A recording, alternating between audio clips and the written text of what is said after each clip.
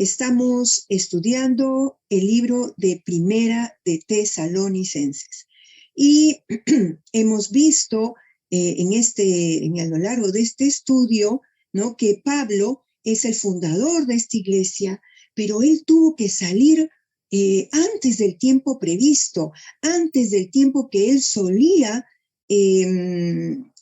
estar con las iglesias que él fundaba.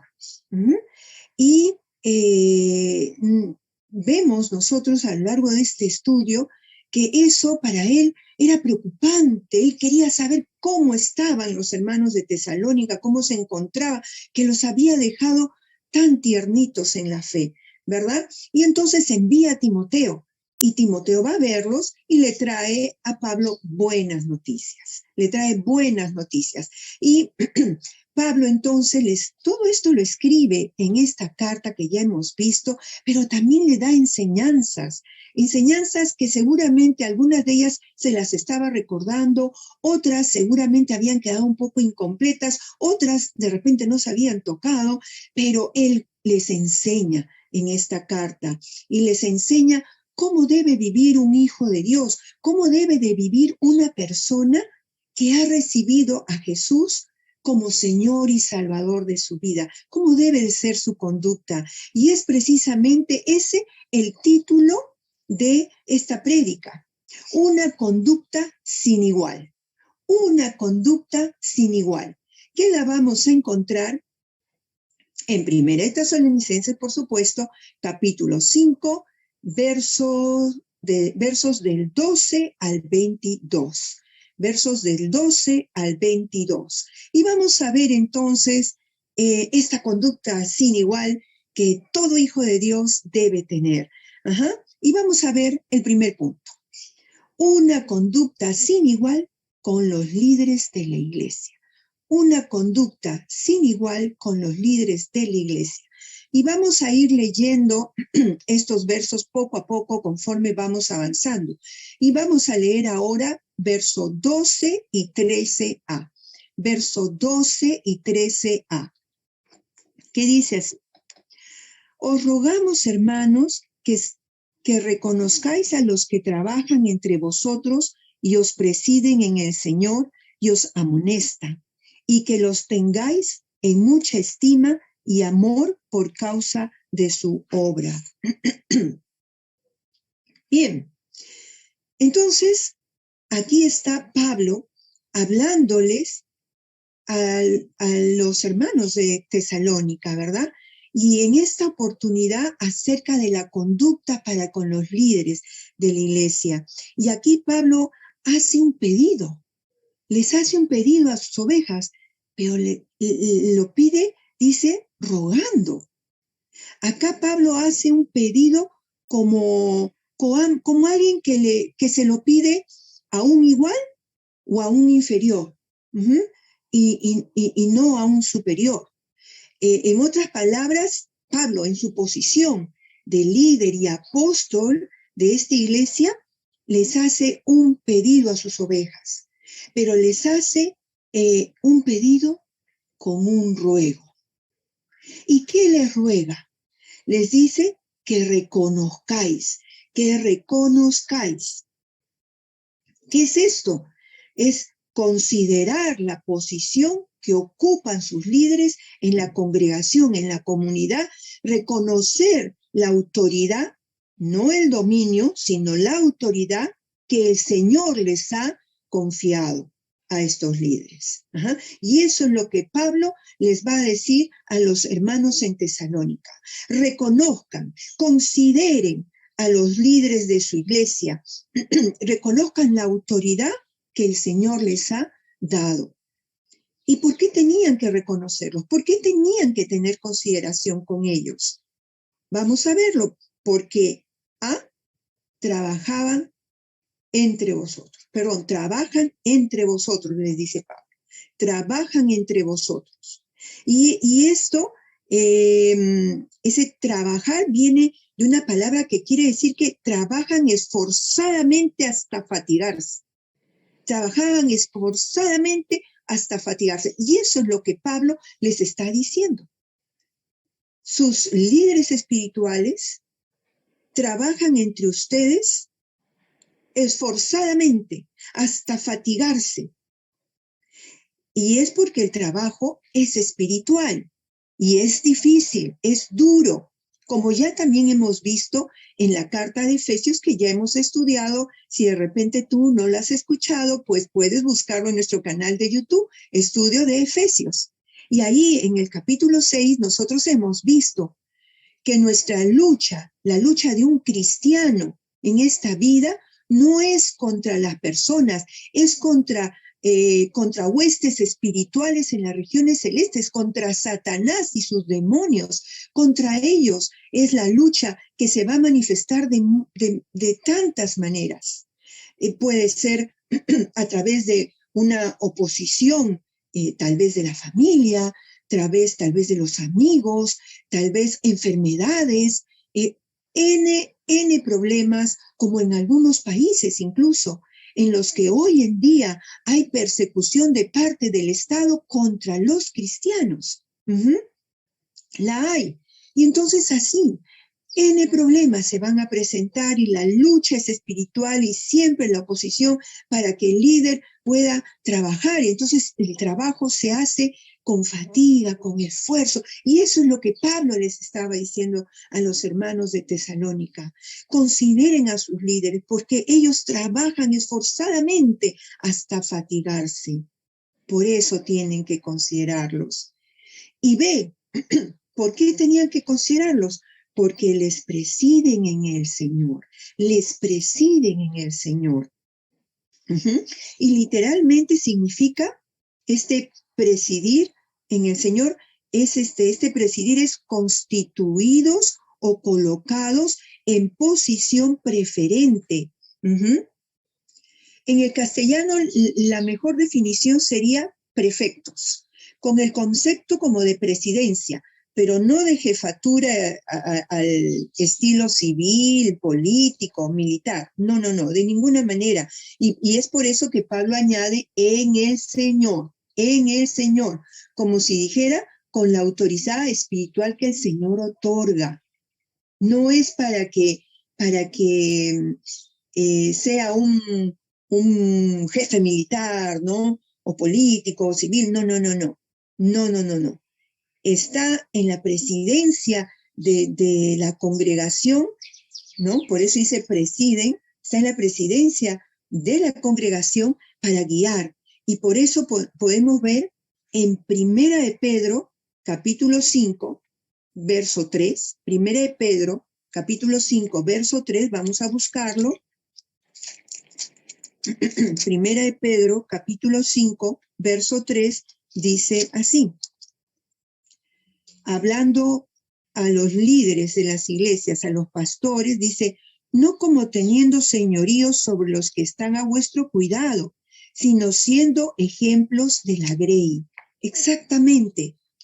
No es para que el líder, el pastor, el que tiene autoridad en la congregación, sea el Señor de todos, ¿no? No. Es para que los cuidemos, para que los guiemos, dándoles el buen ejemplo y enseñándoles la palabra, ¿verdad? Entonces, por eso, dice Pablo, tienen que considerarlos.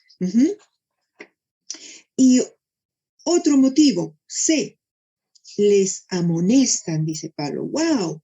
Esto sí que está un poco difícil, ¿no? Los amonestan. Pablo les va a decir, por eso tienen que considerarlos. Y les amonesta quiere decir establecer en la mente. Es decir, fijar en la mente firmes convicciones, establecer en la mente firmes convicciones. No es que les vamos a lavar el cerebro, no, aunque la palabra del Señor limpia nuestras vidas, ¿verdad? Limpia nuestras mentes de tantas ideas equivocadas que hemos almacenado en nuestra vida, maneras de comportarnos y todo ello, porque nuestra mente está programada así, porque a lo largo de nuestra vida hemos recibido mala información y aún la seguimos recibiendo, pero nosotros tenemos que llevar a nuestra mente otra cosa, la palabra de Dios. Y el líder de una iglesia, eso es lo que hace, enseñar la palabra de Dios y con ella fijar en nuestra mente buenas convicciones, firmes y buenas convicciones, para que así vivamos según lo que hay en la mente, en nuestro corazón, y entonces lo vivamos. Y por eso Pablo les va a decir, consideren a sus líderes porque ellos están grabando en su mente firmes convicciones espirituales, morales de parte de Dios. Por eso considérenlos. Y por causa de su obra, por causa de su obra. Pablo pide que se les tenga consideración, amor, reconocimiento por causa de su obra. No por un mero título, no porque tiene el título de pastor, de maestro, no, de líder, no. Es por su obra, es por lo que ellos hacen, es por ese trabajo esforzado que ellos hacen de dirigirles, de grabar en sus mentes esa palabra, de aconsejarles, por la obra que hacen, por ese trabajo esforzado, es que los tienen que reconocer. Pablo va a decir, reconózcanlo, consideren esa posición que ocupan en la iglesia, esa posición espiritual que Dios les ha dado. Y como el apóstol sabe que es difícil, pues, amar a quienes nos amonestan, quienes a veces nos tienen que reprender, ¿no? Es difícil, ¿no es cierto? ¿Verdad que sí? Pero para darle un calibre, ¿no? De la estima que estos líderes se merecen, usa una palabra más fuerte, más fuerte que él puede. Y dice, los tengáis en mucha estima. Es decir, sobreabundantemente. Cuando él dice mucha estima, es sobreabundantemente. Es decir, es una estima sobreabundante la que ustedes tienen que tener para con sus líderes. Pablo les da estas indicaciones acerca de una conducta sin igual para con los líderes de la iglesia. Y lo segundo que nosotros vemos acerca de una conducta sin igual es una conducta sin igual unos con otros. Una conducta sin igual unos con otros. Y vamos a leerlo del verso 13b al verso 15. Bien, entonces vamos a leer 13b al 5. Dice, tened paz entre vosotros. También os rogamos, hermanos, que amonestéis a los ociosos, que alentéis a los de poco ánimo, que sostengáis a los débiles, que seáis pacientes para con todos. Mirad que ninguno pague a otro mal por mal. Antes, seguid siempre lo bueno uno para con otros y para con todos. Así es. Vamos a ver acá la conducta sin igual que nosotros tenemos que tener unos con otros. Unos con otros. Y es que aquí lo primero que vemos es tened paz entre vosotros. Ahí en el 13b. Por eso les decía, tengan su Biblia a la mano. Ahí en el 13b dice, tened paz entre vosotros. No se trata aquí de la paz interior. No se trata de la paz interior que la tenemos, ¿verdad? Se trata de la paz unos con otros. Esa paz unos con otros. Y que en Mateo 5:9 el Señor Jesús también nos la enseñó. Mateo 5:9, que vamos a leerlo. Mateo 5:9. Mateo 5:9. Y dice así, bienaventurados los pacificadores, porque ellos serán llamados hijos de Dios. Dichosos los pacificadores, dice el Señor. Jesús también nos había dicho, ¿quién es un pacificador? Ese que se esmera en buscar la paz, que trata de evitar entrar en conflictos. Ese es el pacificador. Y dice el Señor, dichosos, porque serán llamados hijos de Dios. Exactamente. bien dice, como se dice, ¿no? De tal palo, tal astilla. ¿Somos hijos de Dios? Dios es un Dios de paz. Y entonces también nosotros tenemos que ser hombres y mujeres de paz, que busquen tener paz con los demás, que traten de evitar el conflicto, la pelea. ¿Mm? Y podemos nosotros también tener paz no solamente entre los hermanos, que también a veces es muy fácil, ¿verdad? Y algunos dirán, o la persona que recién han recibido a Jesús dirá, pero ¿cómo? Entre los hermanos a veces no hay paz, no se llevan bien. Lo que sucede es que somos hijos de Dios, hemos recibido al Señor Jesús como Señor y Salvador de nuestras vidas, pero también nosotros tenemos que ir cambiando poco a poco. En muchos casos hay un cambio, pero rapidísimo, en otros es un proceso, pero todos vamos en ese camino y aún podemos en el camino de repente, ya como que, se me va, ¿no? Pero nosotros somos hijos de Dios. Si tú has recibido a Jesús como Señor y Salvador de tu vida, entonces tú tienes que ser un digno hijo de Dios. Tenemos que ser dignos hijos de Dios y buscar la paz. Buscar la paz. Y no solamente entre hermanos. No solamente entre hermanos, sino también aún con los que no conocen a Jesús. Y eso lo podemos ver en Romanos 12:18, de la versión Dios habla hoy. Romanos 12:18, de la versión Dios habla hoy. Yo estoy usando la Reina Valera del 60. Si tienes otra versión, no hay ningún problema. Pero en este momento, Romanos 12:18, vamos a leerla en la versión Dios habla hoy. ¿Qué dice así? Hasta donde dependa de ustedes, hagan cuanto puedan por vivir en paz con todos. Hasta donde dependa de ustedes, hagan cuanto puedan por vivir en paz con otros, ¿no? Y este punto a mí me recuerda, cuando en una oportunidad yo estaba enojada estaba, porque alguien no se había portado bien con mi hija, estaba haciendo algo que la lastimaba, ¿no? Y entonces yo agarré el teléfono, lo chapé, ¿no? Y ya iba yo a decirle 4 verdades, y si posible 10 verdades, ¿no? A esta persona. Y en eso, la voz del Señor diciendo, busca la paz y síguela. Oh, mi Dios. Colgué. Y le dije, Dios, perdóname, Señor. Y te pido que me ayudes a hablarle a esta persona. Ayúdame, Señor, a hablarle a esta persona como debo de hacerlo, Señor. Como una digna hija tuya, en el amor tuyo, Señor, con paz, como me estás diciendo. Seguí la paz. Y Pablo les dice a ellos, tened paz entre vosotros. Y el Señor dice, también con otros. También lo va a decir Pablo mismo en otra carta a otros hermanos, como hemos leído. Hagan todo lo que puedan para vivir en paz con todos.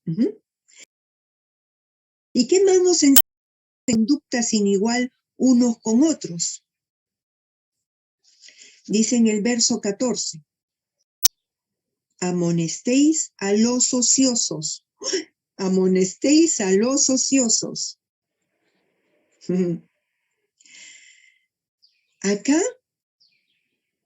a veces hemos pensado que es a los que están tirados en su cama, raspándose la barriguita y que los demás trabajen, ¿no? Y no. Acá esta palabra ociosos tiene que ver con el desorden, con los desordenados, es decir, sin sumisión a la disciplina. Y cuando hablamos ahorita de disciplina, no es como cuando a uno lo han castigado por algo, no, es una disciplina, un estilo de vida. Es como cuando en la congregación, por ejemplo, el el líder, el encargado de algún grupo de trabajo, de algún servicio, de algún ministerio, ¿verdad? Da indicaciones de cómo hacer este servicio, cómo debemos de hacer.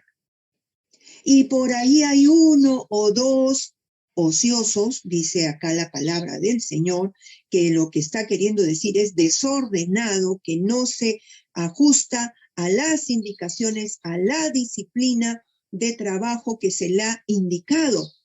Está causando desorden, causando incomodidad entre los hermanos que sí están trabajando como se les ha indicado.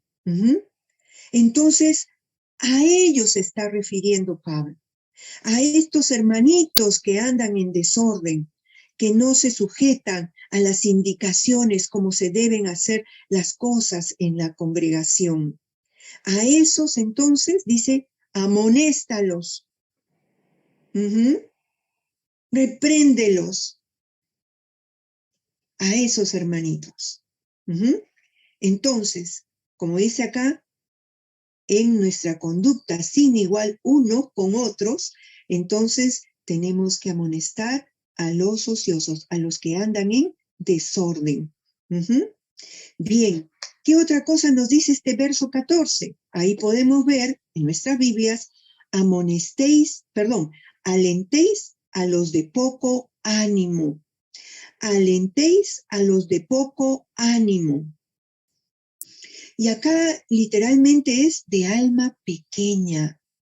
Es decir, Pablo designa aquí a los faltos de coraje para afrontar problemas y dificultades, ¿no? Acá hay personas que mi mamita solía decir, es tan poquita cosa, ¿no? Es tan pequeña, va a decir, su alma es tan pequeña, tan pequeña, dice, que no puede afrontar este problema, ¿no?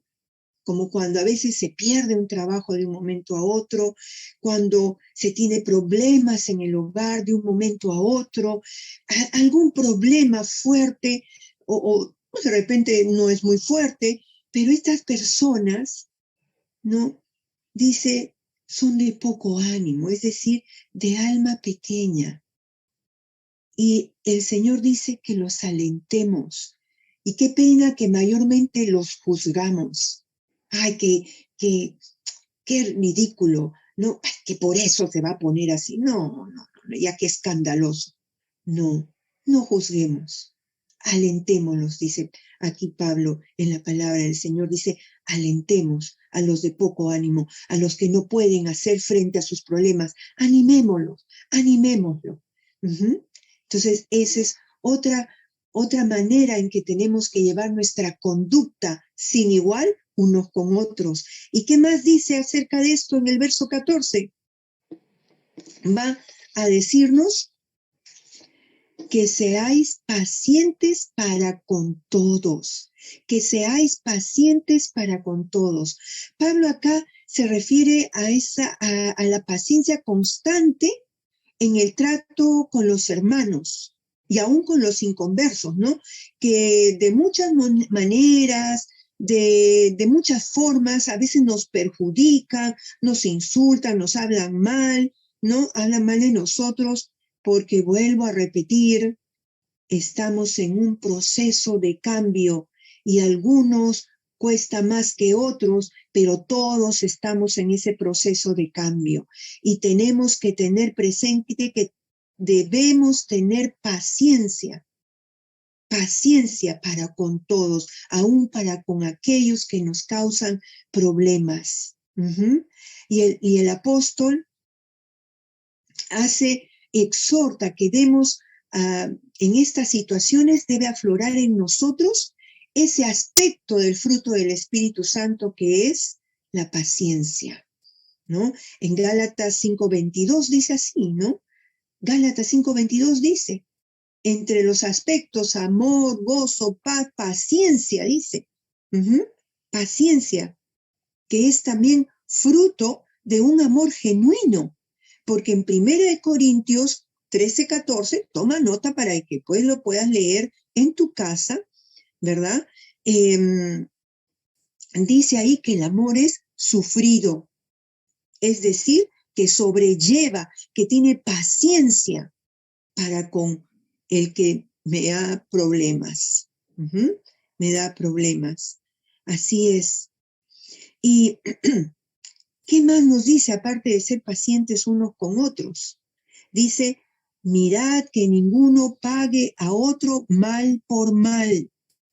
Que ninguno pague a otro mal por mal. Y aquí me gustaría que vayamos, por favor, a Mateo capítulo 5, verso 44. Mateo capítulo 5, verso 44. Dice, pero yo os digo, amad a vuestros enemigos, bendecid a los que os maldicen, haced bien a los que os aborrecen y orad por los que os ultrajan y os persiguen. Así dice la palabra del Señor. Así también nos enseñó Jesús, que no debemos de pagar mal por mal, que no debemos hacer eso, sino que debemos de bendecirlos. Tenemos que hacerles el bien, devolverles con bien, dice, no mal por mal. Aquí el Señor Jesús nos está enseñando. Si alguien nos ofende, debemos de perdonar. Jamás pagar con la misma moneda. Y va el apóstol a agregar ahí en el verso 15, dentro de esta conducta sin igual, dice, seguid siempre lo bueno uno para con otros y para con todos. Y cuando dice seguir, tiene ese sentido de procurar con ahínco.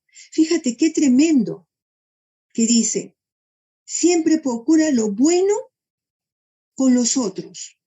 Dice, siempre lo bueno uno para con otros y para con todos. No solamente para el hermanito que me cae bien, o la persona que me cae bien, no, con todos, unos con todos. Y dice que lo procures con mucho ahínco. Qué fácil es dar o devolver bien con bien. Eso es fácil. Eso es fácil. Eso lo hace cualquiera, hasta el que no conoce a Dios. ¿Verdad? Pero cuando nos hacen algo malo, una ofensa, entonces ahí es difícil perdonar. ¿Verdad? ¿Verdad que sí? Es difícil perdonar.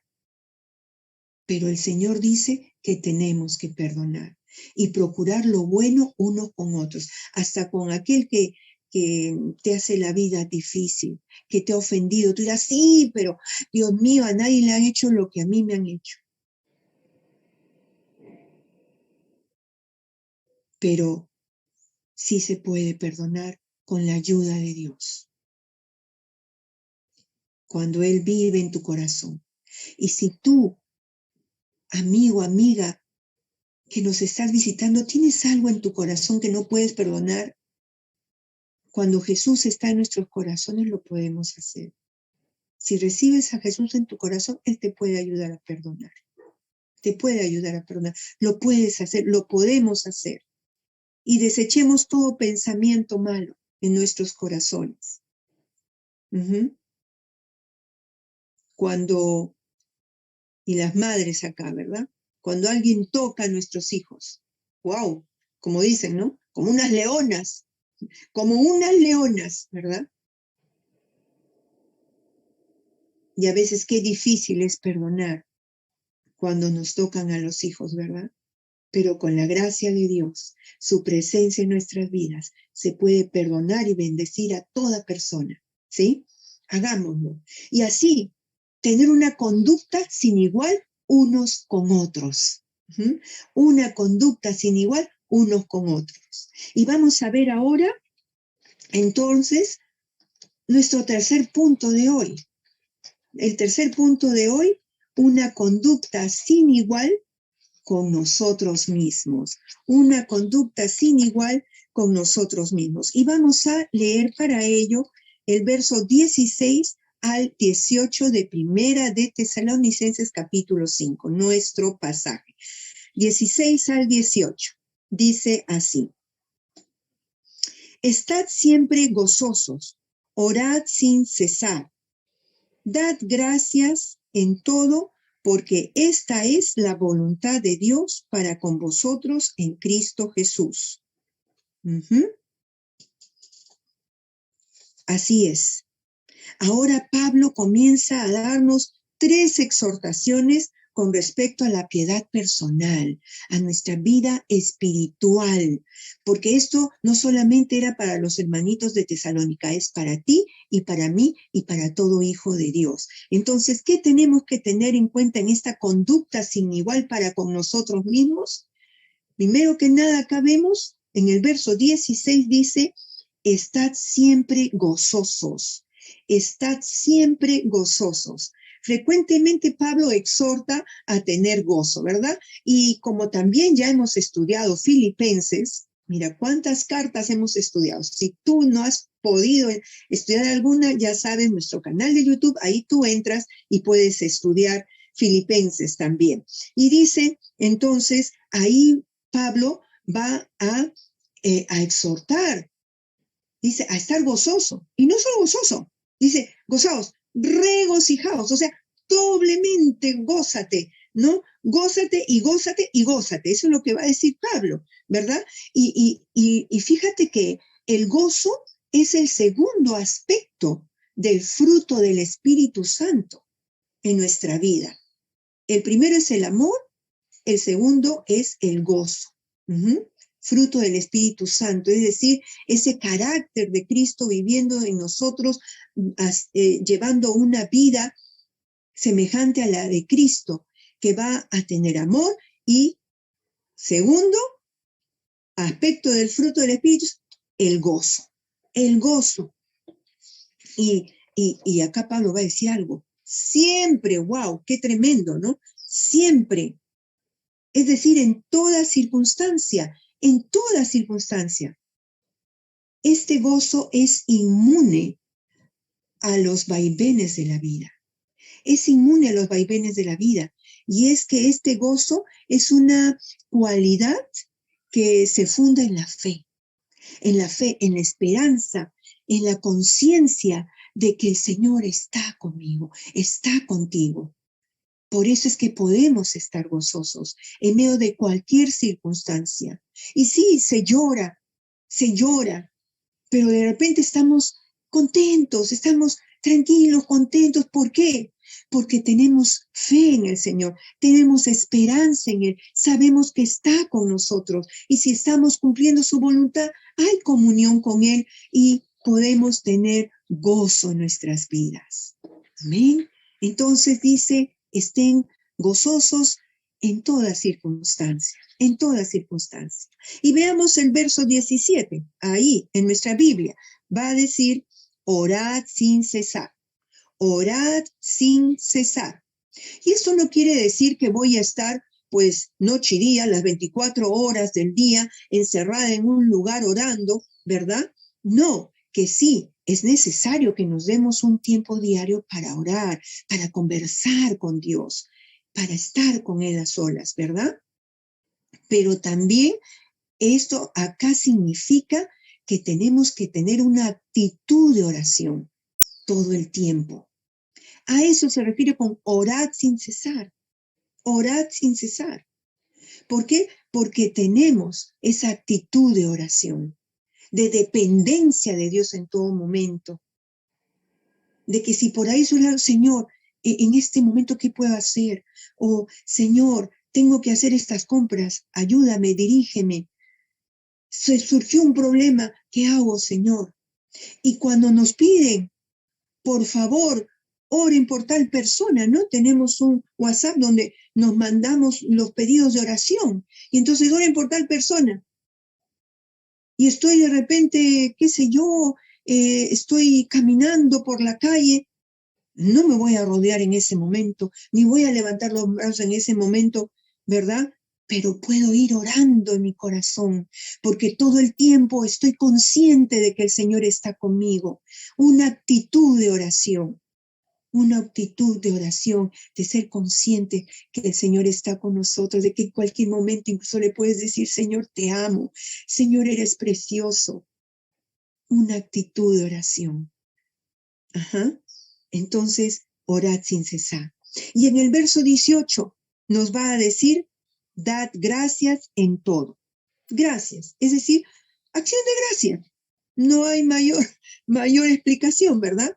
Pero sí acá dice algo. Dice, dad gracias en todo, en todo, en toda circunstancia, más bien que en todo tiempo. En toda circunstancia hay que darle gracias a Dios. Y dice, porque esta es la voluntad de Dios. Dad gracias en todo porque esta es la voluntad de Dios. Y uno va a decir, y siempre tenemos el pensamiento de que, esta es la voluntad de Dios, que me ha pasado esto, es la voluntad de Dios, y doy gracias. Y no, hay que dar gracias a Dios, porque Dios quiere que demos gracias y no solamente eso, sino Él quiere que estemos gozosos, que oremos sin cesar y que demos gracias. A eso se refiere cuando dice que es la voluntad de Dios. Muchas veces, y yo también pensaba que era, porque esto que me está pasando es la voluntad de Dios. Sí, de repente es la voluntad de Dios, pero de repente hice algo que estaba mal. Cometí algún pecado y por ese pecado tengo problemas ahora. ¿Era la voluntad de Dios que yo tuviera ese problema? No, pero yo elegí, yo escogí cometer algo malo por el cual después tengo malas consecuencias, como el que roba y se lo llevan preso. ¿Dios quiso que robe? No. ¿Y que termine en la cárcel? No. Pero ahí fui a terminar porque yo lo escogí. Y así en cualquier circunstancia. Pero tengo que dar gracias, porque la voluntad de Dios es que yo dé gracias, que ore y que esté gozosa, que esté gozoso. Tengo que dar gracias a Dios en medio de toda circunstancia, porque Dios quiere que dé gracias. Y sí, muchas veces, y si vivimos en la voluntad de Dios y tratando de hacer la voluntad de Dios, van a haber muchos problemas. Y están dentro de la voluntad de Dios porque nos está formando y también tenemos que dar gracias. Gracias a Dios, ¿verdad? Gracias al Señor. Y entonces, dice, demos gracias porque esta es la voluntad del Señor en Cristo, en Cristo. Es decir, cuando nosotros tenemos a Jesús en nuestro corazón, nos damos cuenta de que su voluntad es que nosotros estemos siempre alegres, siempre orando y agradeciéndole a Dios en todo tiempo, porque nos damos cuenta que su voluntad es buena. Es buena. Y entonces esta es una conducta sin igual que nosotros tenemos que tener para con nosotros mismos. Y finalmente nos habla de una conducta sin igual con los dones espirituales. Una conducta sin igual con los dones espirituales. Y esto lo vamos a leer del verso 19 al 22. 19 al 22. Dice así. No apaguéis el espíritu, no menospreciéis las profecías. Examinadlo todo, retened lo bueno, absteneos de toda especie de mal. Así es. Ahora, nuestra conducta sin igual para con los dones espirituales. Y en el verso 19 dice, no apaguéis el espíritu. Aquí Pablo ordena que se le dé al Espíritu Santo libertad en la congregación.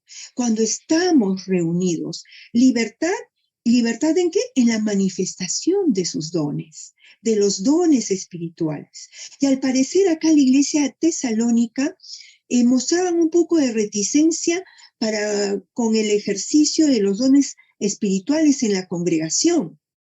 Y esto apaga el espíritu. Es decir, el Espíritu Santo va guardando silencio. Es como cuando un hijo de Dios, el Señor le dice, no mientas, no mientas. Y esta persona estaba mal acostumbrada a mentir, me parece bastante, ¿no? Entonces le era un poco difícil. Entonces no miente, se esfuerza. Pero de repente por ahí comienza a hacer caso omiso.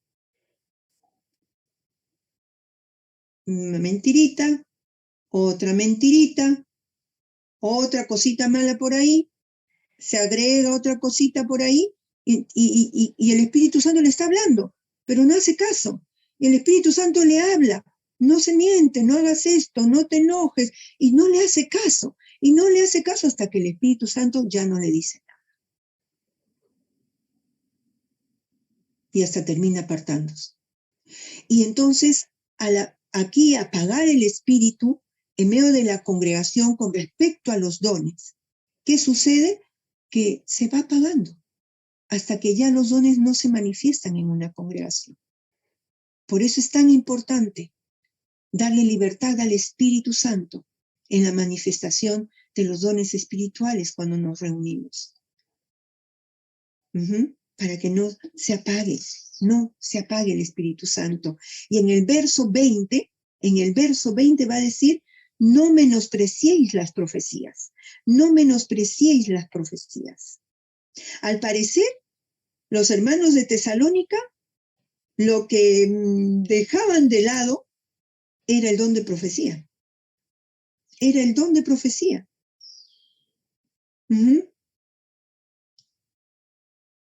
No querían el don de profecía. De repente preferían otros dones, ¿no? Pero no querían el don de profecía. ¿Y qué es el don de profecía? Ya lo hemos visto cuando hemos estudiado Primera de Corintios, ¿verdad? ¿Qué cosa es el don de profecía? Hemos visto que es el don por medio del cual Dios le da a un creyente la capacidad de recibir un mensaje de parte de Dios para la iglesia. Para la iglesia, puede ser para un grupo o un solo creyente, ¿no? Eso es la profecía. Si quieres conocer más, ya sabes, nuestro canal de YouTube, porque ya hemos estudiado esto. ¿Y qué dice entonces? Que los tesalonicenses estaban menospreciando, porque no dejar que fluya uno de los dones es menospreciar. Y entonces así les dice, están apagando el Espíritu. Están apagando el Espíritu Santo. Están apagándolo. No lo hagan.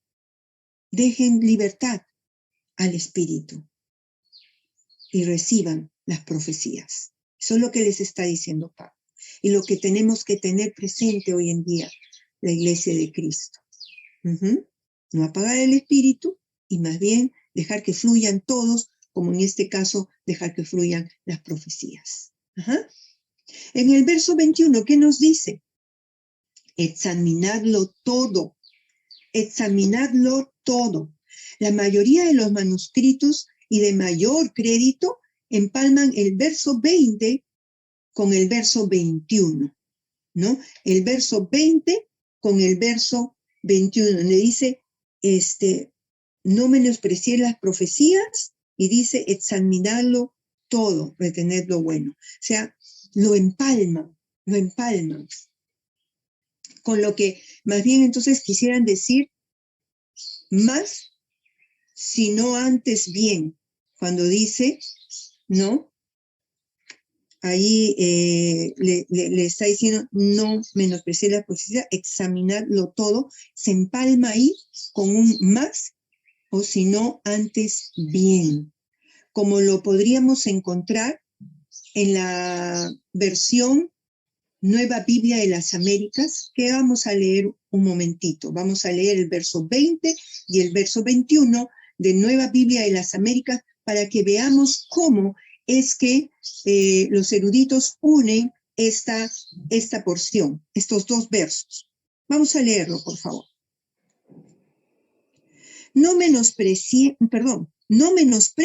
las profecías. Antes bien, examinarlo todo cuidadosamente. Retengan lo bueno. Así es.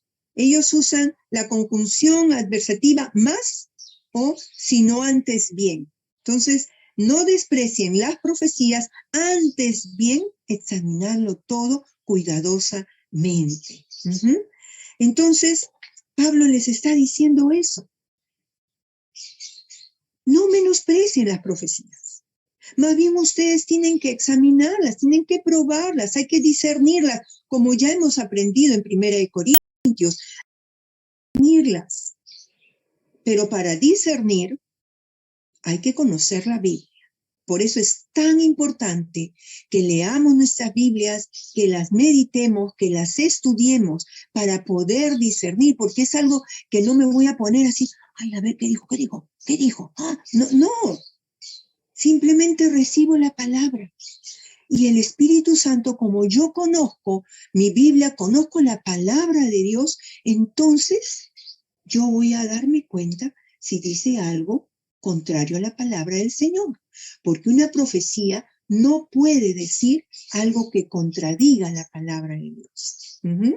Entonces, ya sabemos, no podemos menospreciar las profecías. No apaguemos el espíritu, dejemos libertad al espíritu para que se mueva en nuestra congregación, para que fluya la profecía y simplemente examinarla y retener, dice lo bueno, retener eso que el Señor nos está diciendo, tenerlo guardado en nuestros corazones, hay que aplicarlo a la vida. Y dice en el verso 22 que hemos leído, absteneos de toda especie de mal.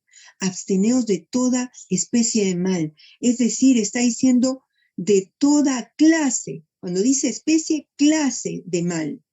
Pablo finalmente, después de decirnos todo, cómo debe ser esa conducta sin igual que debe tener un hijo de Dios, una persona que ha recibido a Jesús en su corazón, después de venir diciéndonos todo esto, entonces va a agregar, absteneos de toda clase de mal.